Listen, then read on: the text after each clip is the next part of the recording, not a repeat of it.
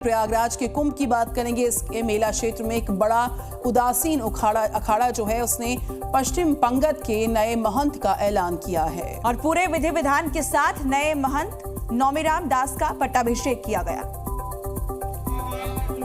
जिसमें सभी 13 अखाड़ों के साधु संत शामिल हुए। मंत्रोच्चार के बीच साधु संतों ने उन्हें फूलों की माला पहनाकर और तिलक लगाकर चादर पोशी की। इस दौरान बाकायदा पंचामृत अभिषेक कर पूजा अर्चना की गई।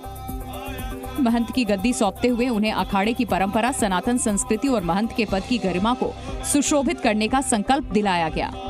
पूरे देश के द्वारा प्रस्ताव हो जाता है, कर्तव्य होने से पारित किया जाता है और उन्हें तिलक चादर देकर अभिषेक करके मुखिया महंत के आसीन होते हैं और वो मुखिया महंत पूरे भारतवर्ष में हमारे उदासीन संप्रदाय में पूजनीय होते हैं, सम्माननीय होते हैं। महंत नौमीराम दास ब्रह्मलीन संत गुरु शरण दास के शिष्य हैं। वो हरिहर आश्रम नई दिल्ली के पीठाधीश्वर हैं।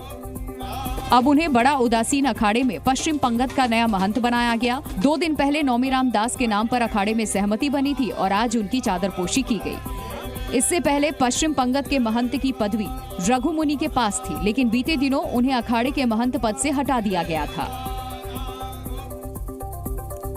प्रयागराज में महाकुंभ को दिव्य और भव्य बनाने के साथ ही इस बार मानव तस्करी पर लगाम लगाने की भी पूरी तैयारी है। पहली बार एंटी ह्यूमन ट्रैफिकिंग यूनिट जो है उसके 3 थाने बनाने की कवायद काफी तेज हुई है। संगम तट पर 13 जनवरी से आस्था का जनसैलाब उमड़ने वाला है। महाकुंभ के दौरान देश और दुनिया से करोड़ों श्रद्धालु संगम नगरी आएंगे।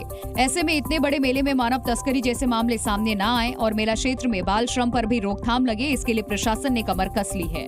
प्रशासन ने मानव तस्करी और बाल श्रम जैसे मामलों को लेकर सख्त रुख अपनाया है। महाकुंभ क्षेत्र में पहली बार मानव तस्करी और बाल श्रम पर रोकथाम के लिए 3 अलग-अलग थानों का निर्माण कराया जा रहा है।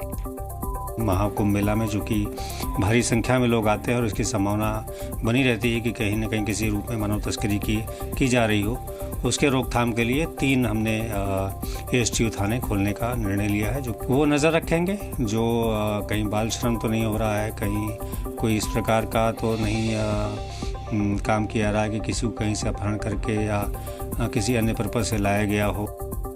प्रशासन के मुताबिक ये पहल पहली बार की गई है क्योंकि करोड़ों लोग महाकुंभ में आएंगे। ऐसे में कई बार भीड़ के चलते बच्चे अपने परिजन से बिछड़ जाते हैं और अपराधी इन्हें बहला फुसलाकर मानव तस्करी जैसी घटनाओं को अंजाम देते हैं। मेला क्षेत्र की दुकानों पर नाबालिग बच्चों से काम भी लिया जाता है। ऐसे मामलों की रोकथाम के लिए ये जरूरी कदम उठाए गए हैं।